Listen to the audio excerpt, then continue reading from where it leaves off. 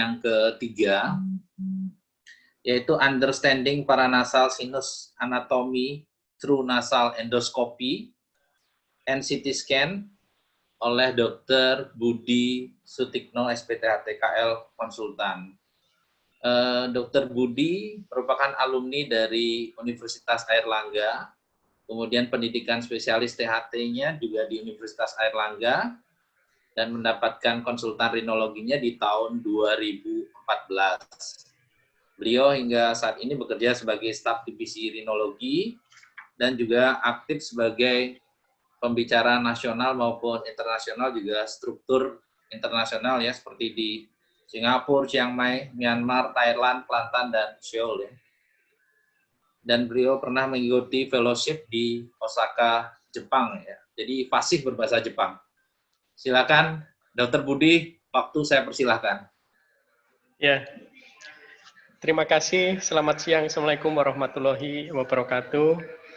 Terima kasih moderator Dr. Ida Bagus Kedut Suryadi Kusuma Manuaba, spesialis THTKL, yang saya anggap adik saya sendiri. Terima kasih pembicara sebelumnya, Prof. Kodar, dan juga Dr. Nur Kamariah yang presentasinya sangat baik. Mohon maaf kepada para sejawat dokter umum, mungkin topik saya ini menyimpang dari dua topik sebelumnya, sehingga mungkin sedikit ya banyak berbeda nanti jadinya dalam pemahamannya. Baik, untuk menyingkat waktu, saya izin share screen.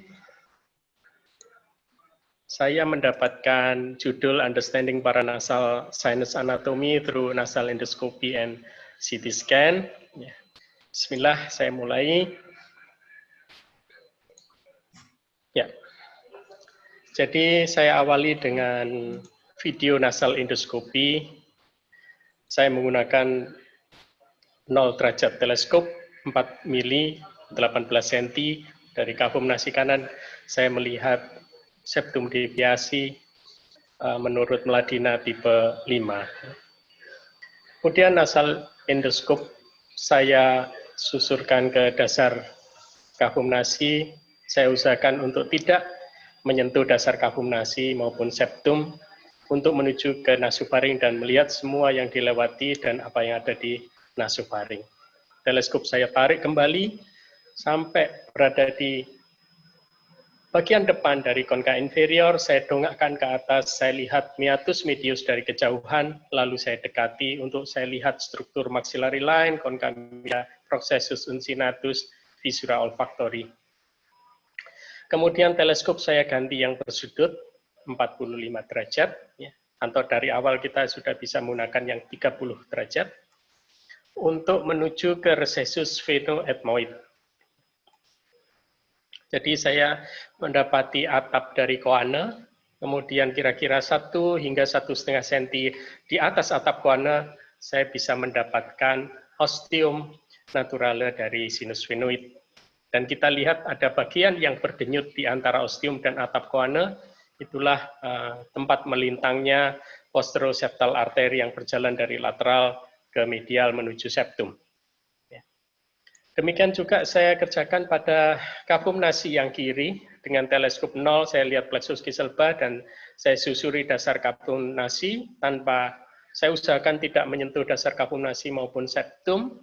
Ya, saya sampai ke nasofaring untuk mengevaluasi hal yang sama.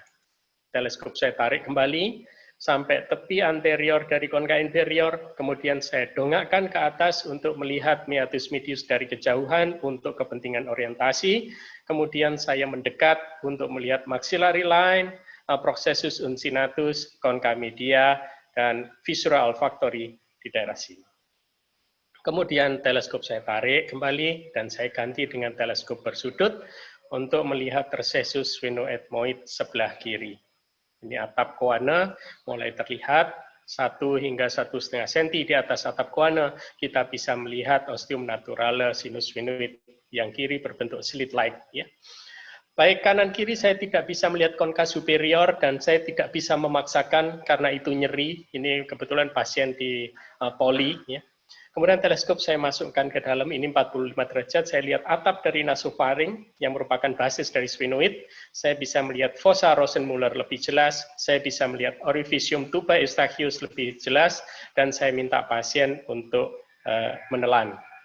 Kemudian teleskop saya putar untuk melihat bagian kontralateral, jadi fossa Rosenmuller sisi kanan, dan orificium tuba eustachius di sisi kanan.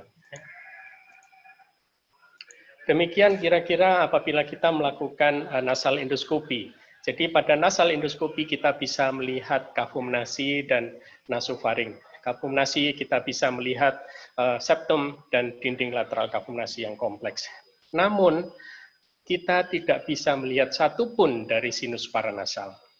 Nah, karena itu kita perlu bantuan imaging, dalam hal ini adalah CT scan untuk kasus rhinosinusitis kronik. Umumnya kita menggunakan bone window setting untuk melihat, untuk mengeksplorasi atau memetakan arsitektur dari sinus paranasal. Berikut ini saya sampaikan terlebih dahulu variasi-variasi anatomi yang bisa dijumpai dari sinus paranasal dan struktur sekitar.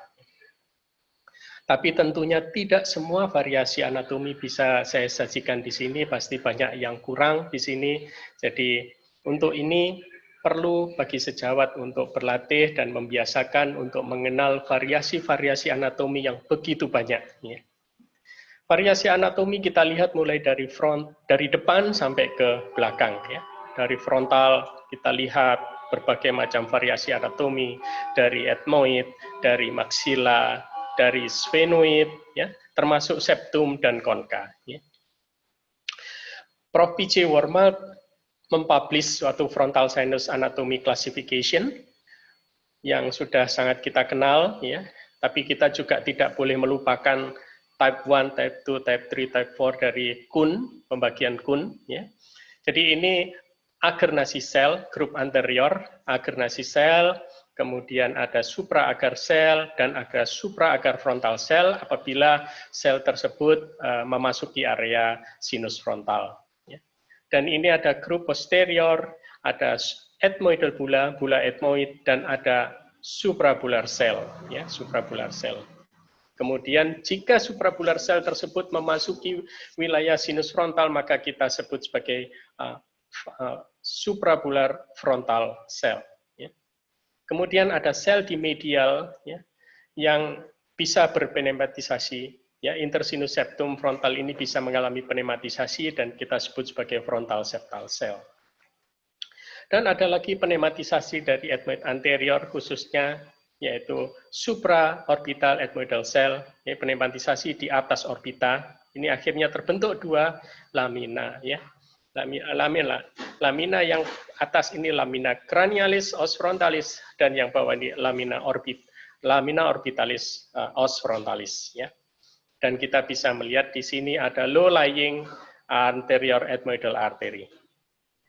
Kemudian kita juga mengenal variasi anatomi lain yang disebut sebagai frontoseptal rostrum. Frontoseptal rostrum ini pneumatisasi yang timbul pada basis dari frontal pada bagian sentral, dia bisa ke anterior, bisa ke bawah, ke inferior, dan bisa ke posterior. Dia mengenai lamina perpendicularis, jadi pneumatisasinya meluas ke lamina perpendiculis os ethmoidalis pada septum, dan hingga pada crista galli. Dan ini Bolger klasifikasi tentang maxillary sinus hypoplasia, ada 3 tipe di sini. Tipe yang pertama adalah mild hypoplasia dengan uncinate proses yang normal dengan infundibulum yang normal. Yang tipe 2 ini significant hypoplasia disertai dengan hypoplasia pada uncinate proses dan juga pada penutupan infundibulum. Sedangkan pada tipe 3 markedly hypoplastic dengan tidak adanya uncinate process. Ini adalah infraorbital pneumatization of anterior ethmoid cell. Kita mengenalnya sebagai Haller cell yang diperkenalkan oleh von Haller tahun 1700-an. Yang ini adalah small Haller, ini adalah medium, dan ini ada large. Cuman volumenya berapa, yang small, medium, maupun large tidak disebutkan. Ya. Jika kita mendapati Haller yang cukup besar seperti ini, biasanya kita akan mendapati bula etmoid yang terdesak ke arah posterior, ya, seperti tergencet seperti itu. Dan keberadaan Haller cell ini juga bisa membuntu osteum alamiah dari sinus maxilla. Ya. Ini saya mendapatkan informasi ini dari Dr. Reza. Ya. Ada istilah lagi yang namanya infraorbital maxillary air cell. Ini berbeda dengan Haller. Haller, kalau ini letaknya di sekitar ductus nasolacrimal atau di area supero-anteromedial dari sinus maxilla, dan jika iMac ini cukup besar, maka dia bisa mengganggu drainase dari lacrimal system. Ya. iMac ini drainasenya ke intraantrum, sedangkan Haller kebanyakan ke infundibulum. Ya. Dan ini bentuk pneumatisasi dari maxillary sinus yang lain adalah palatine recess jika pneumatisasinya menuju ke arah palatum, dan alveolar recess jika pneumatisasinya menuju ke processus alveolaris. Dan dikatakan sebetulnya maxillary sinus ini juga ada zygomatic recess kalau area ke arah zygomatic ini mengalami pneumatisasi yang ekstensif, dan juga maxillary recess. Ya. Kemudian tahun 2016, jadi sebetulnya belum terlalu lama, itu dikenal ethmomaxillary sinus. Ethmomaxillary sinus ini merupakan pneumatisasi dari posterior ethmoid, ya, posterior ethmoid, yang dia masuk ke dalam sinus maxilla dan drainasenya ke meatus superior, berarti ke intranasal. Ya. Kemudian ada lagi yang pneumatisasi dari posterior ethmoid, tetapi berada di belakang dari sinus maxilla. Ya. Ini tepatnya di puncak dari pterygopalatine fossa, namanya retroantral pneumatization of posterior ethmoidal cells. Ya. Dan kemudian ini ada lateral sphenoid recess yang merupakan pneumatisasi ke arah lateral dari sinus sphenoid. Ya, nama lainnya adalah pterygoid pneumatization. Nah, tahun 2020 dalam bulan-bulan ini, dalam sangat baru ini dikemukakan oleh Ahila Sami dari India, beliau menemukan supramaxillary cell. Ya, supramaxillary cell. Apa bedanya supramaxillary cell dengan ethmomaxillary sinus? Ethmomaxillary sinus tadi pneumatisasi berasal dari posterior ethmoid, drainase ke meatus superior, sedangkan supramaxillary cell ini adalah pneumatisasi dari ethmoid anterior dan drainasenya juga ke infundibulum atau meatus medius. Jadi ini beda ya antara supramaxillary cell dan ethmomaxillary sinus. Kedua ini bisa mengalami infeksi dan perlu dievakuasi ya kalau dia bermasalah. Kemudian kita juga mengenal onodicell, klasifikasinya menurut Delano, keterkaitannya dengan optic canal, ya, optic nerve, ya, kaitannya dengan skull base dan kaitannya dengan pituitary gland. Jadi ini juga saya rasa kita rasa penting ya untuk diketahui. Dan kita mengenal adanya anterior ethmoidal artery ya. Dari gambar 1, 2, 3 ya. Gambar 1 ini adalah anterior ethmoidal artery dari sisi lateral, dari tempat keluarnya dia, yaitu disebut sebagai anterior ethmoidal foramen atau nama lainnya adalah Kennedy's nipple ya. Dia berada di antara rectus medial muscle dan musculus obliquus superior ya.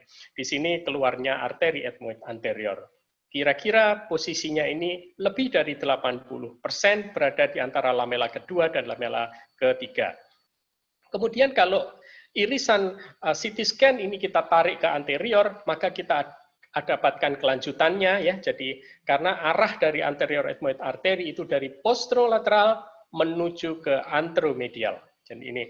Maka di anteromedial kita akan mendapati seperti dehiscensi pada lamela lateral. Ini yang disebut sebagai anterior ethmoidal sulcus. Ini tempat masuknya arteri ethmoid anterior dari lateral menuju ke intrakranial, nanti masuk ke septum. Ya. Kadang-kadang kita menjumpai kanal yang lengkap, ya, yang kita sebut sebagai anterior ethmoidal canal, atau nama lainnya adalah orbitocranio kanal, ya, berjalan dari posterolateral menuju anteromedial. Ya. Kemudian ada 3 tiga tanda penting ya. Apabila kita mendapati supraorbital ethmoidal cells, apabila kita mendapati keros tipe 1, apabila kita mendapati jarak antara anterior table dan posterior table dari sinus frontal ini cukup lebar, maka sangat mungkin terjadi low-lying anterior ethmoidal artery. Jadi ini harus kita pelajari CT scan-nya pada saat akan mempersiapkan operasi ya. Karena low-lying anterior ethmoidal artery ini cukup berbahaya dan mudah terjejas ya. Kemudian ini kita mengenal keros classification tipe 1, 2, 3, nanti kita praktekkan di DICOM viewer ya. Kemudian keros 1 relatif aman, tetapi jika lateral lamelanya tidur seperti ini, landai seperti ini tetap berbahaya karena alat mudah sekali menembusnya ya. Jadi ini berbahaya. Ini berulang-ulang juga saya sampaikan bahwa kita mengenal adanya 3 slope dari anterior ke posterior, dari lateral ke medial, dan di bagian area posterior ethmoid kita melihat bahwa lamina papyracea miring ke inferolateral. Ya, berbeda dengan pada daerah-daerah ethmoid anterior dia tegak seperti ini. Nanti kita lihat kepentingannya bahwa di sini sel-sel harus dibersihkan. Ya, ini pitfall. Kalau kita menganggapnya dia tegak lurus, maka pada saat melakukan ethmoidektomi posterior seringkali sel-sel di area ini tertinggal. Ya.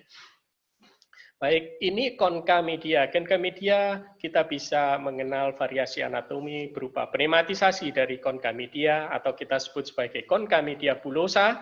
Yang pertama adalah bulbous type seperti ini, dan yang kedua adalah lamellar type seperti ini, dan yang ketiga adalah extensive type. Bahkan ini nanti bisa sampai ke basal lamellanya ikut berpneumatisasi ya. Kemudian kita juga mengenal variasi anatomi dari concha media yang disebut sebagai concha media paradoksikal ya. Ini kemudian kanan dan kiri paradoksikal, ini pasien kita sendiri. Kemudian yang kanan ini tidak hanya paradoksikal tapi juga ada bulbous type concha media bullosa ya. Kadang kita kalau melihat anatomi dari CT scan seperti ini juga pertanda adanya paradoxical middle turbinate ya. Jadi tandanya seperti ini. Baik, yang berikutnya setelah kita mengetahui variasi anatomi, kita juga mengenal ada 3 sinus drainage pathway. Ini area fungsional ya. Dulu kita hanya mengenal osteometal kompleks, tapi kita harus mengenal ketiganya ya, frontal recess, osteometal kompleks, dan sphenoethmoid recess. Frontal recess dia bertanggung jawab untuk drainase sinus frontal. Osteometal kompleks bertanggung jawab drainase pada anterior group sinuses ya, frontal, ethmoid anterior, dan sinus maxilla. Sedangkan sphenoethmoidal recess dia bertanggung jawab posterior group sinuses drainage ya, ethmoid posterior dan sinus sphenoid. Jadi ini frontal recess, dia berada di antara agernasi, bukan garis kuning ini ya, berada di antara agernasi dan bula. Jadi daerah sini ini merupakan daerah frontal recess ya, agernasi supraagar ya. Dan ini adalah bula lamella ya. Ini adalah basal lamella concha media dan ini sel-sel lain di ethmoid anterior. Ini kemungkinan suprabular recess ya. Kemudian osteometal kompleks ini area fungsional yang sangat terkenal, ada struktur-struktur yang membentuknya di sini, yaitu uncinate process, concha media, ya ini paradoksikal ya seperti ini. Kemudian ada bula, ingat bula, di dalam bula juga bisa dijumpai 1, 2, atau 3 sel di dalamnya ya. Jadi ini adalah osteometal kompleks. Dan yang ketiga adalah sphenoethmoid recess. Ini juga tidak boleh kita lupakan. Sphenoethmoid recess ini jelas kita lihat pada potongan aksial. Kita lihat dia berada di antara dinding anterior sinus sphenoid dan di belakang dari concha superior. Kita lihat ada recessus ke arah lateral ini. Ini adalah sphenoethmoidal recess ya. Baik, kalau kita membaca suatu CT scan, maka ada 2 hal penting yang harus kita pegang adalah 1, kita tidak boleh tersesat sehingga kita harus tahu di mana kita berada ya. Kemudian kita membaca sebaiknya tidak shortcut ke sinus yang terkena atau sinus yang sakit, tetapi sebaiknya kita membacanya secara sistematis dari poin A, B, C, D ya. Kemudian bagaimana kita tahu supaya tidak tersesat? Ini ada left finger memorizer sebagai pengingat. Kita gunakan jari tangan kiri kita ya, antara jari kedua jari ketiga kita satukan begini sehingga ada 4 penomoran. Ya. Nomor 1 menggambarkan sinus frontal area, nomor 2 menggambarkan ethmoid anterior area, nomor 3 menggambarkan ethmoid posterior area, dan nomor 4 menggambarkan sphenoid area. Ya. Nomor 2 kita belah. Yang bagian depan ini 2A boleh kita sebut sebagai recessus frontal. Kemudian kita lihat sela-sela jari kita ada 3 celah, ya, A, B, dan C. Ini merupakan transitional anatomical landmark. Ya. Kapan kita dikatakan berpindah dari area sinus frontal ke recessus frontal? Jawabannya adalah setelah hilangnya frontal peak. Jadi A ini adalah hilangnya frontal peak. Jadi kalau ini frontal peak, ini hilangnya frontal peak. Kemudian kapan kita meninggalkan ethmoid anterior menuju ethmoid posterior, yaitu kita menjumpai B. B ini adalah basal lamella yang horizontal dari concha media. Ya, jadi yang B. Kemudian kapan kita meninggalkan ethmoid posterior menuju ke sinus sphenoid atau sphenoid area? Apabila kita menjumpai C. C ini adalah atap dari koana, karena atap koana itu merupakan basis dari sphenoid. Ya. Jadi ini pegangan kita agar kita tidak tersesat. Jangan sampai kita area 3 ini kita sebut sebagai ethmoid anterior, itu namanya kita tersesat. Ya. Atau 2A ini masih kita sebut sebagai 2A ini kita sebut sebagai ethmoid posterior, dan seterusnya. Jadi dengan memahami area-area tadi, kita tidak peduli disuguhkan gambaran-gambaran secara acak, tetap kita bisa mengidentifikasi apakah itu frontal, ethmoid anterior, ethmoid posterior, dan sphenoid. Ya. Kemudian yang kedua adalah membacanya secara sistematis, yaitu membaca tidak shortcut pada sinus yang terkena. Ya, tetapi kita membacanya dari mulai sinus anatomi dan variasi-variasi anatominya tadi yang sudah kita sebutkan di awal, termasuk bagaimana kondisi septum dan bagaimana kondisi concha. Kemudian yang kedua adalah menilai potensi dari sinus drainage pathway yang ada 3 tadi ya, frontal recess, osteomeatal complex, dan sphenoethmoid recess.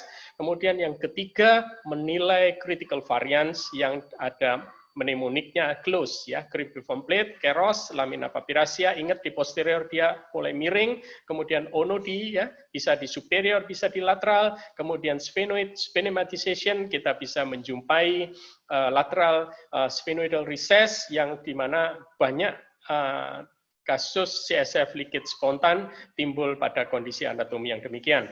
Kemudian anterior ethmoidal artery, hati-hati pada low lying apabila kita menjumpai 3 hal tadi, supraorbital ethmoidal cell, kemudian keros 1, sama anteroposterior diameter dari frontal sinus. Ya. Kemudian barulah kita menyebutkan sinus mana yang terkena dan perluasannya. Seperti itu caranya agar kita membaca CT scan secara sistematis. Untuk membaca CT scan secara sistematis paling ideal adalah menggunakan Dynamic CT. Dynamic CT ini menggunakan tools. Kalau menggunakan Microsoft, kita menggunakan Radian Dicom Viewer. Kalau menggunakan Mac, kita menggunakan Osiris ya.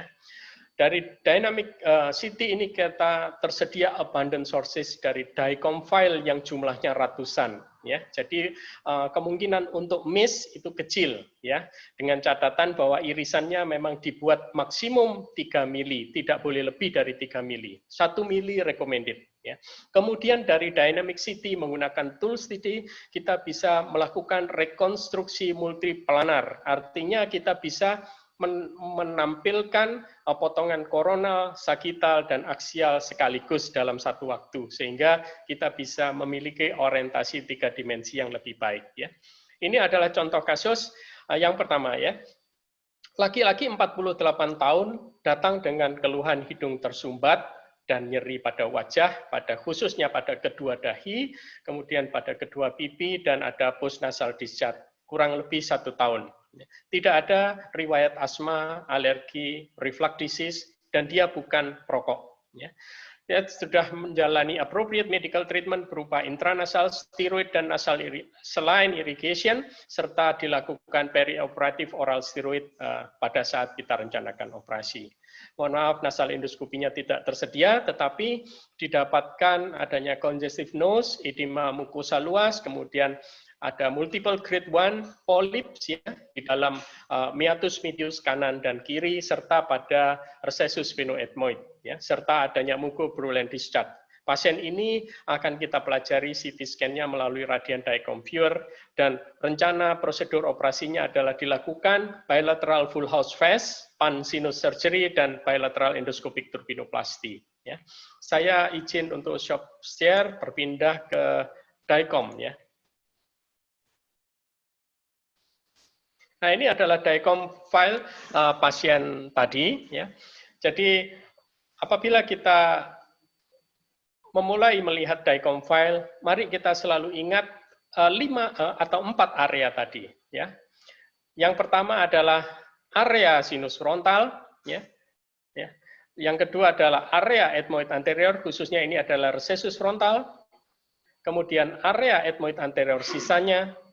Kemudian ini adalah area ethmoid posterior dan terakhir ini adalah area sinus sphenoid. Jadi kita tidak boleh tersesat dalam menyebutkan area-area tersebut. Kemudian kita mulai mengevaluasi dari depan kembali. Jadi saya ulang sebentar. Kapan kita memasuki frontal recess, yaitu jika frontal beak ini sudah tidak tampak lagi. Ya. Nah, ini sudah tidak tampak lagi, kita masuk ke frontal recess.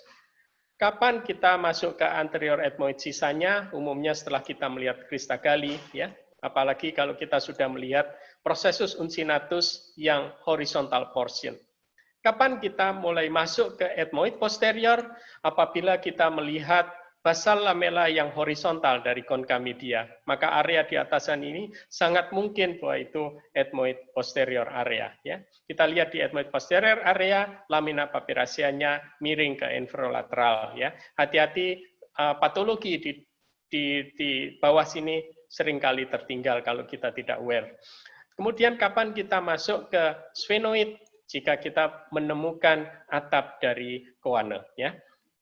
Kemudian kita membaca secara komprehensif, ya. Saya ambil contoh dari sisi kanan. Jadi kita membacanya dari sisi kanan, sisi kiri, ya. Sisi kanan dari depan ke belakang selesai, kemudian sisi kiri dari depan ke belakang selesai, seperti itu, ya. Kalau kita awali seperti ini, kita akan mendapatkan processus frontal dari os maxilla, mungkin masih ingat, ya. Terus septumnya masih kita lihat septal swell body, ya, yang merupakan jaringan erektil di dalam cavum nasi. Jadi ada 2 jaringan erektil utama dalam cavum nasi. Yang pertama adalah concha inferior, yang kedua adalah septal body. Dia bisa mengembang dan mengempis, ya. Kemudian kalau kita mundur lagi ke belakang, kita bisa melihat nasal bone. Di sini ada 2 kanan dan kiri, ya, melekat pada os frontal dan melekat pada processus frontal os maxilla. Dan di sini akan dilanjutkan kartilago lateral nasi atau kartilago triangular, ya. Dan kalau kita mundur lagi ke belakang, ya, kita akan melihat, ya, kemungkinan ini sudah merupakan nah, kita lihat perlekatan anterior dari concha inferior. Kalau kita perhatikan perlekatan anterior dari concha inferior ini belum menciptakan meatus inferior secara bagus, ya. Perlekatannya ini juga ke processus frontal os maxilla. Kemudian kita mundur lagi, mulai terlihat sinus maxilla di kanan dan di kiri, ya. Kemudian kita mundur lagi, ya. Tetap kita melihat processus frontal os maxilla kanan dan kiri. Dan kalau kita mundur lagi, maka kita sudah melihat lacrimal system di sini, sacculus lacrimal dan ductus nasolacrimal. Dan kita lihat sekitar 1,5 cm dari anterior attachment concha inferior, kita melihat muara dari ductus nasolacrimal, ya, ke meatus inferior. Dan di sini tampak tulangnya tipis. Ini adalah os lacrimar yang menutupi, ya. Jadi pada saat ini apabila kita menjumpai bentukan-bentukan sel di atas sini, sangat mungkin itu golongan dari agernasi sel dan kawan-kawannya. Artinya bukan bula, ya, karena bula masih belum pada potongan ini. Kemudian kalau kita mundur lagi ke belakang, kita melihat processus uncinatus, ya. Processus uncinatus ini melekat pada lamina papiracea. Dan processus uncinatus pada sisi kanan ini tampak dia defleksi ke lateral. Jadi dempet sekali ke arah orbit, ya. Nanti kita lihat di operasinya. Kemudian kita melihat adanya agernasi tapi tidak ada supraagar sel di sini, ya. Kemudian saya mundur lagi ke belakang, maka terlihat di sini prosesus uncinnatus yang horizontal. Jika prosesus uncinnatus yang horizontal tampak, berarti sel-sel di atasnya ini sangat mungkin adalah sel ethmoid anterior termasuk bula di situ. Jadi ada bula, ada beberapa sel tambahan yang tidak bernama, ya.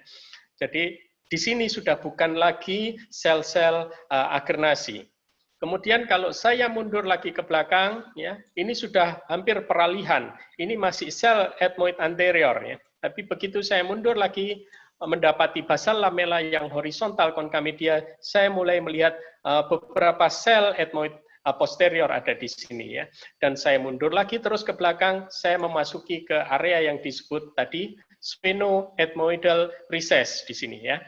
Nah, sebelum itu kita mundur lagi sedikit ke belakang, kita melihat area di belakang sinus maxilla yang kita sebut sebagai pterygopalatine fossa, ya. Mundur lagi terus ke belakang, kita mendapati sinus sphenoid.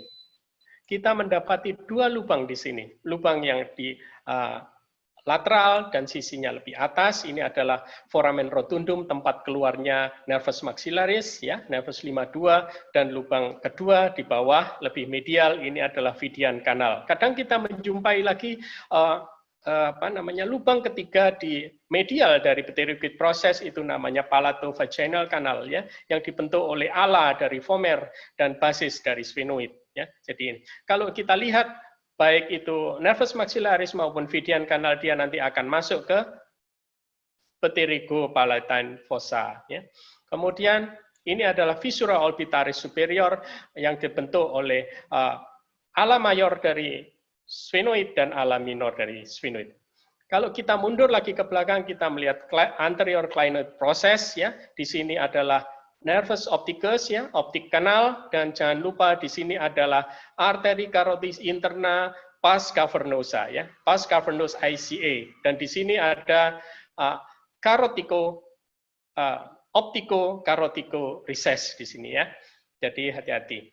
Coba ini kalau nervus opticus ini kita mundurkan lagi ke belakang, kita akan mendapati optik chiasma, ya, optik chiasma di planum sphenoid. Demikian kita menilai variasi anatomi dari anterior ke posterior. Kita balik lagi ke anterior. Apa yang berikutnya kita nilai? Yang berikutnya kita nilai adalah drainage pathway. Yang pertama yang kita nilai adalah frontal recess. Kalau kita lihat seperti ini, frontal recess-nya block, ya, blockage, dia buntu. Kemudian kita mundur lagi ke osteomiatal kompleks, juga blockage. Kemudian kita mundur lagi ke sphenoethmoid recess, kemungkinan ini blockage, ya.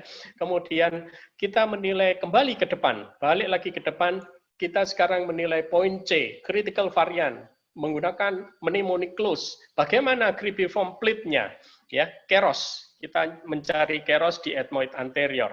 Nah, kita mencari keros di ethmoid anterior. Mari kita gambar kerosnya. Cara menggambar keros seperti ini. Maka ini kita tarik, ya. Ini ada lateral lamela dari cribriform plate, ini horizontal lamela dari cribriform plate, ya. Ini junctional tempat melekatnya concamedia. Maka kita garis pertama horizontal, ya, melewati horizontal dari cribriform plate. Kemudian garis kedua kita melewati perbatasan antara lateral lamela dengan fovea ethmoidalis os frontalis. Jadi ini fovea ethmoidalis os frontalis.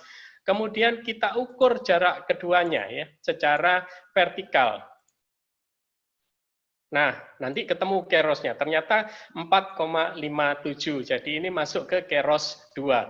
Ini harus dihitung kanan sendiri, dihitung kiri sendiri, ya. Saya kira kalau menghitung keros tidak boleh harus sendiri-sendiri antara kanan dan kiri. Baik, kemudian close lamina papyracea. Adakah dehiscensi dari lamina papyracea? Sepertinya tidak, ya. Kita lihat kemiringan lamina papyracea. Close onodi, adakah onodi? Sepertinya tidak di kanan, tapi mungkin di kiri. Ini adalah kecurigaannya adalah onodi. Kemudian kita lihat S sphenoid, sphenoid sphenoid lateral, sphenoid pneumatisasi dari sphenoid, ya. Saya kira ini pneumatisasinya cukup normal, ya. Kalau kita garis tegak lurus pada pterygoid, jadi ini area pterygoid, ya, pterygoid proses, maka sphenoidnya tidak menyeberang garis ini. Ini kita anggap pneumatisasi dari sphenoidnya dari sisi lateral ke lateral normal ya. Kalau ini ada penambahan lateralisasi misalnya seperti ini di atas pterygoid, maka ini kita sebut sebagai lateral sphenoid recess ya. Kemudian kita melihat arteri ethmoid anterior ya, close arteri ethmoid anterior. Kita cari arteri ethmoid anterior itu dari Kennedy's nipple berada di antara lamela kedua dan lamela ketiga. Lamela kedua di depan sini, di mana ada kurang lebihnya ya, kita tidak bisa menentukan, tapi kurang lebihnya pada area uncinate proses yang horizontal. Kemudian lamela ketiga tentunya sebelum mendapati basa lamela yang horizontal. Jadi kita mendapati di sini ada Kennedy's nipple di sini. Dan dia berjalan posterolateral menuju anteromedial masuk ke dalam intrakranial. Jadi di sini nanti akan kita jumpai sulcus, kita balik ke anterior. Nah, ini kita jumpai sulcus di anterior. Hati-hati, ini ada supraorbital ethmoidal cell, tapi ini cukup kecil, tidak terlalu ekstensif, jadi mungkin arteri ethmoid anterior tidak terlalu low lying. Barulah kita kembali ke depan lagi, menilai poin yang D. Poin yang D itu adalah sinus yang terkena. Ya. Kita lihat dari sini sinus frontal. Oke, sinus frontalnya juga mengalami opasitas sebagian, kemudian frontal recess-nya juga mengalami opasitas, kemudian daerah ethmoid anterior, sinus maxilla juga mengalami opasitas, ethmoid posterior, dan ethmoid dan sphenoid juga mengalami mild opacity di sini, ya, mucosal thickening. Jadi kita anggap semua sinusnya ini sakit, ya. Kira-kira begitu kalau kita membaca. Jadi kemudian kita ulang sisi kiri, yang kiri dan seterusnya ya. Dan kita bisa melakukan yang namanya MPR, multiplanar reconstruction ya. Nah, seperti ini. Dari multiplanar reconstruction ini kita bisa menilai secara simultan potongan sagital, potongan koronal dari CT scan sehingga kita memiliki gambaran tiga dimensional yang lebih baik ya. Nah, seperti ini sama ya. Jadi tadi saya ingin melihat apakah ada apa namanya? Apa betul ini onodi ya? Apa betul yang lubang ini onodi? Ini kita geser ke area tersebut.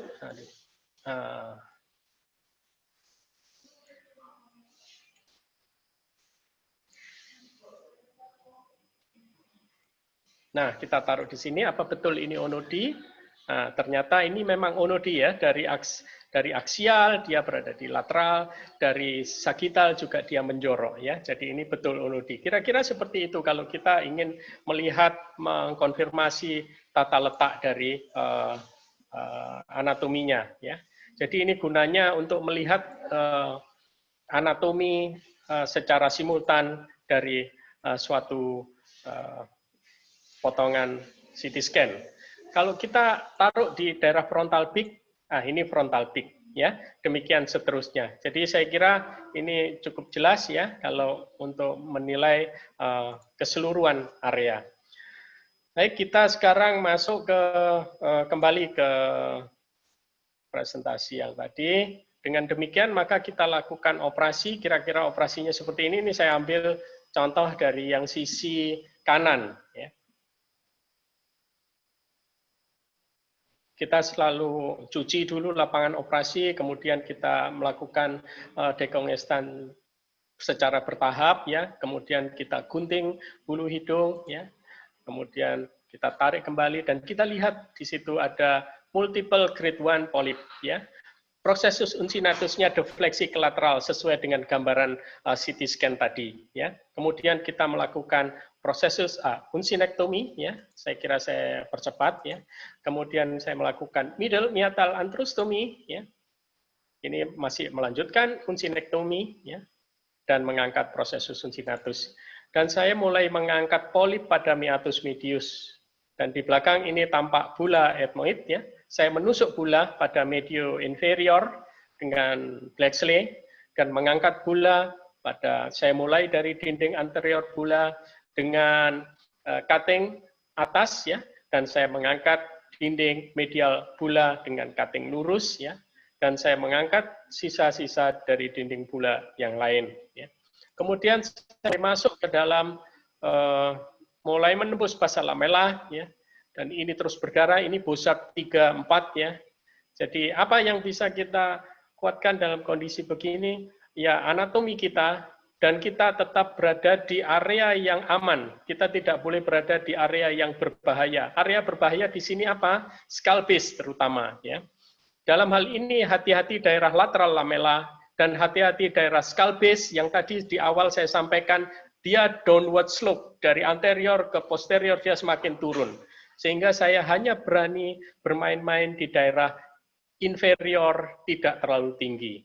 Begitu ethmoid cavity sudah terbuka, sudah mulai ada gambaran jelas, baru saya retrograde ke anterior untuk membersihkan skull base. Jadi jangan di awal kalau kita belum jelas membersihkan skull base karena itu berbahaya. Ya.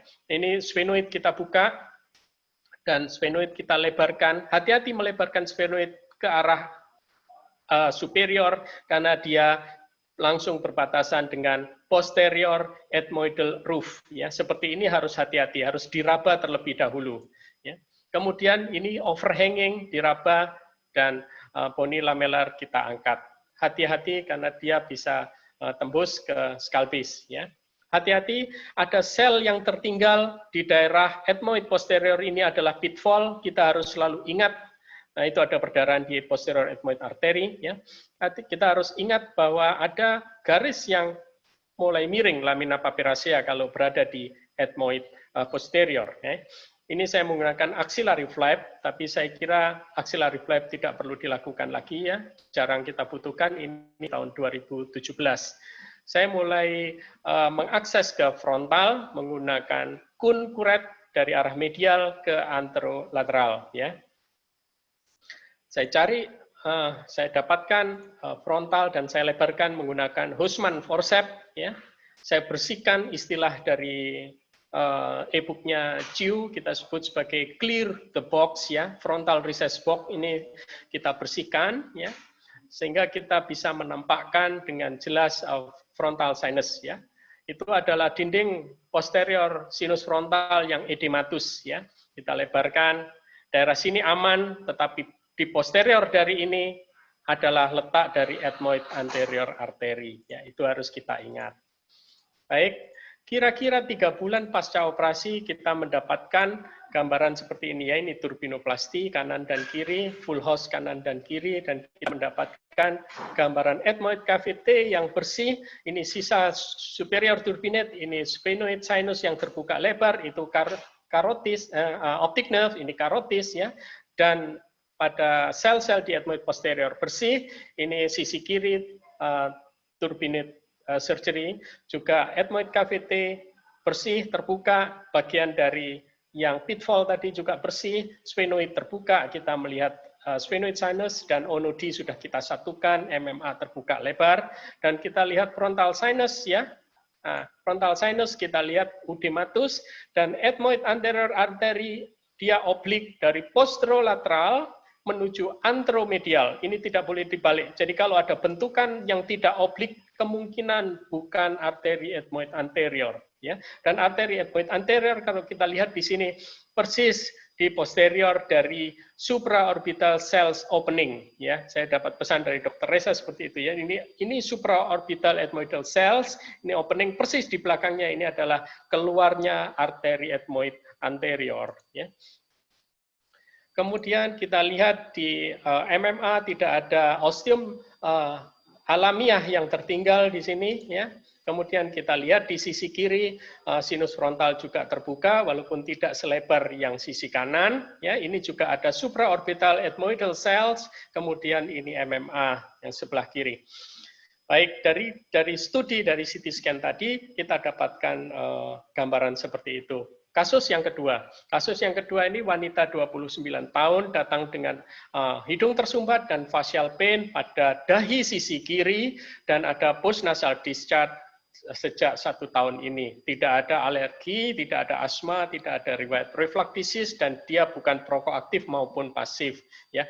Pada nasal endoskopi kita dapatkan septum deviasi atau deviasi septum tipe 5 menurut Ranko Mladina, ya. Kafum nasi kanan sangat sempit dan kita jumpai secret mucopurulen, ya. Kemudian pada sisi kiri kita jumpai kanan sempit sekali, ya, tidak bisa lihat konkamedia. Sisi kiri kita jumpai secret mucopurulen, kita jumpai middle meatus yang udematus, ya. Ini meatus medius yang udematus dengan prominent uncinate process dan big Argernasi sel, ya. Kemudian kita rencanakan melakukan FAST dan endoskopik septoplasti serta endoskopik turbinoplasti.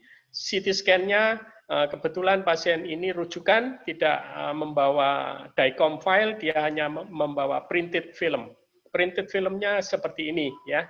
Jadi ini ada dua film, yang satu bagus representatif menggambarkan coronal CT dari frontal sampai ke sphenoid, tetapi sayangnya pada film kedua hanya berisi potongan aksial. Seharusnya kita bisa menambahkan separuh aksial dan separuh parasakital, ya. Jadi pada studi dari CT scan koronal ini kita dapatkan big agernasi kanan dan kiri, ya, dengan septum deviasi, ya, mulai dari anterior nanti ke posterior, ya. Tidak ada sel lain selain agernasi, jadi hanya agernasi tunggal di sini. Kemudian pada septum deviasinya sampai ke posterior, ya. Nah, kemudian kita balik lagi, area yang terdampak adalah area sedikit sinus frontal, ya, frontal recess mulai terdampak, ya, dan area ethmoid anterior terdampak, ya. Dan sedikit mungkin ada mucosal thickening dari maxillary sinus kanan dan kiri, serta pada sphenoid kiri. Biasanya sphenoid kiri terdampak ini karena dampak dari adanya deviasi septumnya. Kemudian ini adalah video operasi yang kita lakukan, ya. Kita cuci dulu medan operasinya, selalu dibiasakan demikian. Kafum nasi kanan sangat sempit dan kafum nasi kiri cukup lapang. Kita mulai operasi dari sisi yang lapang terlebih dahulu, dari sisi kiri. Saya lakukan pemasangan vasokonstriktor dan gunting bulu hidung, dan saya mulai unsinektomi menggunakan pisau nomor 15 untuk memberikan batas insisi yang rapi, tapi nanti tetap diselesaikan dengan alat lain, ya. Nah, kita lihat, saya lupa tadi saya sampaikan, ya, bahwa uncinate proses di sini tulangnya sangat tebal. Ini tergambar pada CT scan-nya, ya. Jadi sangat tebal, prosesus uncinatus, dan kita dapatkan bula serta udematus area di anterior wall dari bula. Nah, kita angkat sisa uncinatus dengan kerison, ya. Kemudian kita lakukan reseksi pasial dari konkamedia. Mungkin sebagian senior tidak setuju dengan ini. Saya pertimbangannya adalah setelah septoplasti saya lakukan, nanti saya khawatir kafum nasi kiri bakal sangat sempit. Karena itu ini saya tambahkan reseksi parsial dari konkamedia. Hati-hati kalau melakukan reseksi parsial konkamedia, kita harus mengidentifikasi basal lamela horizontal dari konkamedia dan kita ikuti. Nah, rupanya saat saya mencari osteum alamiah sinus maxilla sulit ditemukan, ya. Saya berkali-kali mencoba masuk, tidak bisa. Mungkin di sini masih ada sisa prosesus uncinatus yang tebal. Dan kita mendapatkan lubang di sisi yang lebih belakang, ya. Nah, baru dapat, dan saya lakukan rutin MMA, dan saya mempersiapkan diri untuk melakukan frontal sinusotomi, ya. Ini agernasi yang begitu besar. Saya berusaha meraba frontal sinus drainage pathway dengan Kuhn seeker, ya. Dan saya dapatkan, saya koyak ke arah lateral, ya. Dan saya teruskan dengan Kuhn curette, ya. Dan seterusnya saya bersihkan, clearing the box of the frontal recess, ya. Saya buka, ya. Dan dan saya dapatkan arah ke frontal sinus, saya lebarkan dengan Hosman forceps,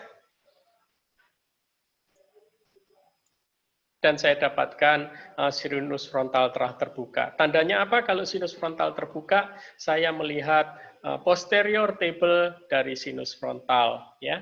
Kemudian saya lanjutkan dengan septoplasti tanpa infiltrasi. Jadi septoplasti bisa dilakukan tanpa infiltrasi, turbinoplasti bisa dilakukan tanpa infiltrasi, dan pengangkatan cartilago quadrangularis bisa dilakukan dengan ujung tajam dari suction setelah digunting bagian atas dan bagian bawah. Ya.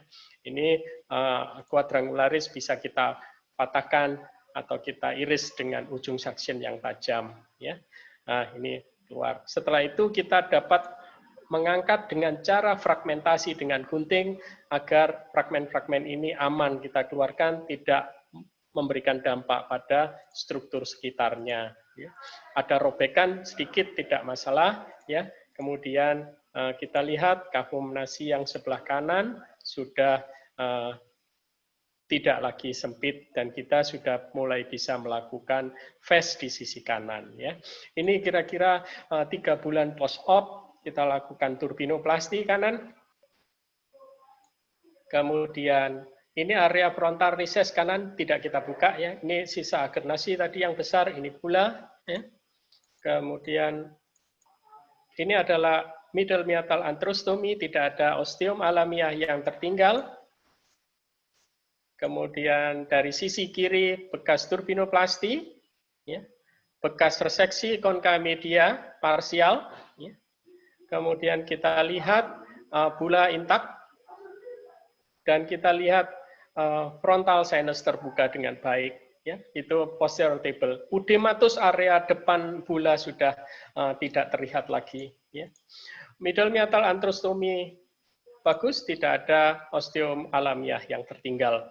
Jadi kira-kira gambarannya nasal endoskopi dan CT scan dari sinus paranasal ini saling melengkapi, tetapi CT scan sinus paranasal ini sangat penting dan wajib ya untuk bisa memetakan arsitektur dari sinus paranasal itu sendiri. Dan kalau kita melakukan perencanaan operasi selalu didasarkan pada anamnesis yang baik ya, meliputi cardinal symptom, meliputi risk factor, meliputi riwayat pengobatan dan lain-lain ya, komorbid dan sebagainya. Dan kemudian kita lakukan harus di bawah panduan CT scan yang representatif. Dan kita setelah mengenal adanya dynamic CT study dengan berbagai tool, DICOM viewer tool ya, kebetulan ini tadi menggunakan Radian DICOM viewer tool yang sangat penting khususnya kalau kita menjumpai anatomical structure yang kompleks ya, di mana kita perlu mempelajarinya, membangun 3D image-nya melalui multiplanar reconstruction. Jadi ini biasanya kalau residen mengerjakan tugas membaca CT scan, biasanya CT scan ini dinomori ya. Mohon maaf karena BPJS dapat satu aja lembar yang sudah meliputi koronal, sagital, dan aksial, dan ini diberikan nomor-nomor dan dibaca secara komprehensif. Saya kira itu, mohon maaf jika ada kesalahan dalam penyampaian atau kekurangan, dan waktu saya kembalikan kepada moderator. Wassalamualaikum warahmatullahi wabarakatuh. Nanti. Terima kasih Dr. Budi, presentasinya sangat excellent ya. Sebelum kita ke sesi